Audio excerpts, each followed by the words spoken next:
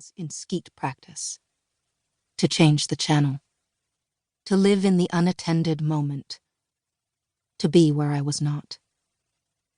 There was the time cover of a crowd of prisoners behind wire fences, their ribs like empty cages, with a caption in red, "Must it go on?"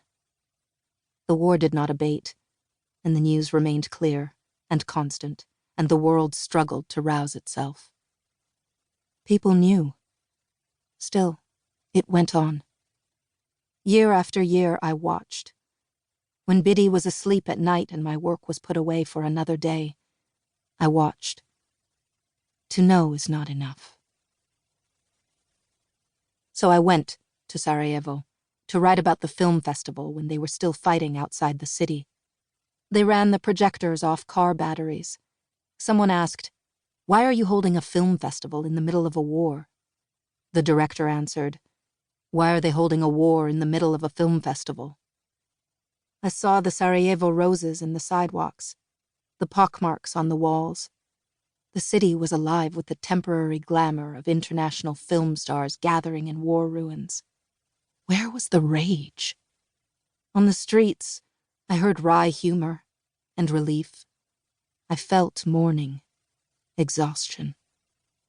I asked at the Sartre Theatre box office, "Do you know a man called Kosmos?" "Yes," said the young woman. "Does he have another name?"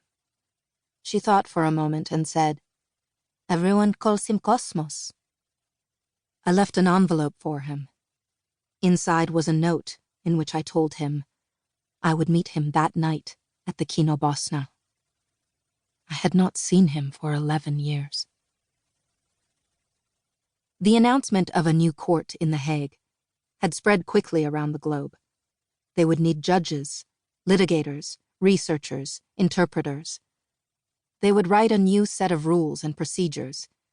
They wanted to bring order into that lawless place, the border. In Hamburg, Carla Vogel-Babich applied to be a prosecutor. She was married to a man from the region.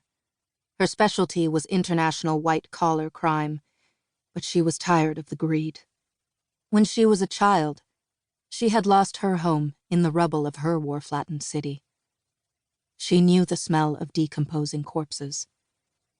She wanted to be part of this new thing, a world court. A woman has no country and wants no country.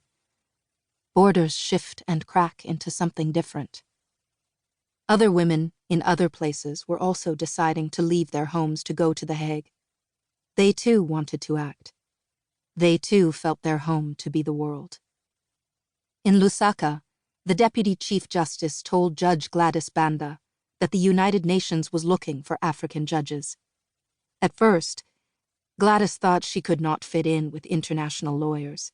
She had 5 children, but this had never stopped her from doing new work. Her husband encouraged her, and she thought, "All the new judges will have to learn the new law too." She had learned how to navigate Zambian tradition and British common law.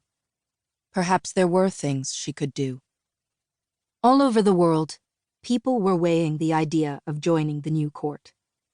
History is now, in the moment of consciousness. New law on the border. The Kino Bosna Cafe was converted from a cinema, seats replaced with tables and red-checked cloths, and on the walls, classic black and white photos of old Hollywood stars, Bogart and Hepburn and Monroe.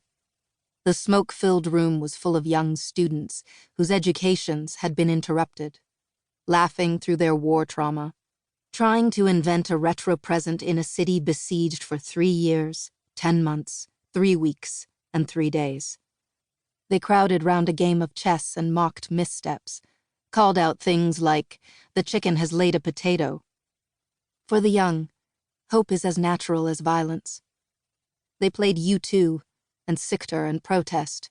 They joked, "You think one president is difficult? Try 3, a Bosniak, a Croat, and a Serb." But it was not a joke. Gota? Kosmos. He sat at a table with a woman. His hair fell over his left eye, and he moved with that familiar kinetic energy.